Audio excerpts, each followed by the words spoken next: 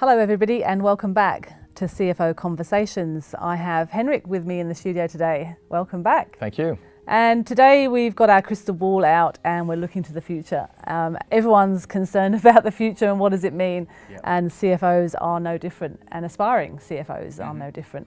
Both of us, Henrik, have got a background in more operationally focused CFO type roles, and to me that's been the way of the future for the past 5 or 10 years. The finance CFO can't be just the numbers person.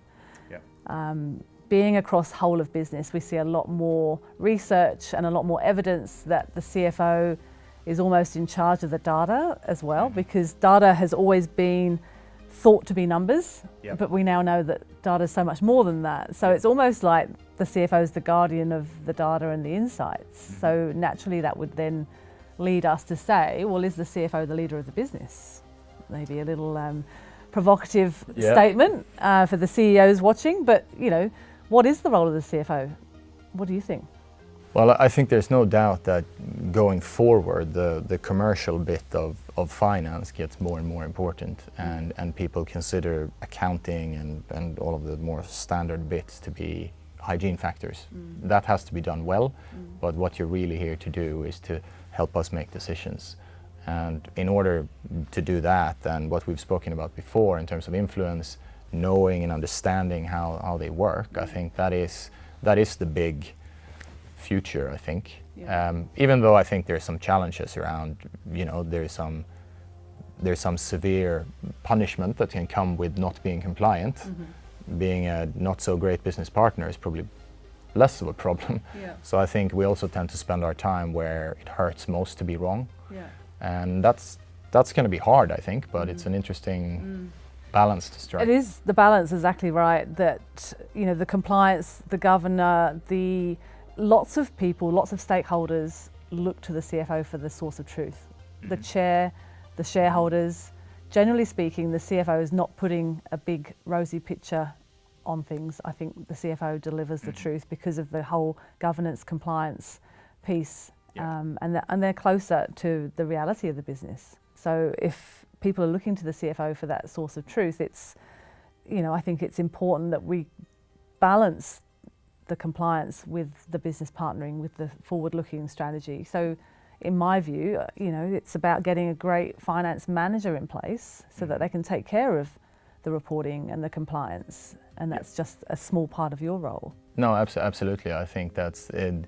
You can automate and delegate a lot, and in the end, accountability is sort of left. So you need to have enough that you can sign off and say, I'm happy that is fine, and then try to spend as much of your time on doing other things.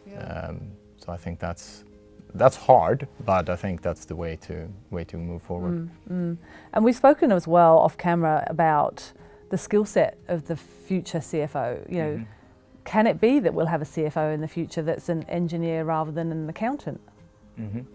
I think it depends a little bit on the business, what the business does.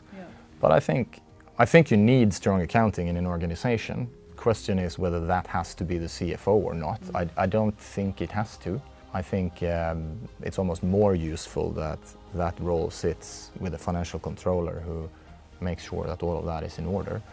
And if you want to be a commercial partner, you demonstrate that I understand everything about this business. And if it's an engineering business, maybe it makes sense that that person is an engineer, actually. And I guess what's more important, and I've spoken about this in other conversations, is actually understanding the business, as you say, being at the coalface, knowing what you do, knowing what the drivers are behind what it is you do, and knowing a little bit more about actually the future of what it is you do, so that you can disrupt yourself before you get disrupted. And I think we've spoken about before about self-awareness, which I think is a huge part of that, to make sure you're progressing on all these areas, and also keeping your head clear in terms of where you're at. Really, you know, it's easy to sit in your office and think you're a great business partner and think this and think that, but it's actually what the business thinks that is important. And the point you make as well, which I'll finish on, is around the clarity. I say to people, you need to have clarity of mind, because if you're not clear about what it is you're doing or what it is your business is doing, how are you ever going to succeed? It's around... Try to explain that to people then. Yeah, it's just going to muddle worse as it goes on. Yeah. Again, we could talk about this for hours, but thank you for your insights. It's been a great conversation. Thank you.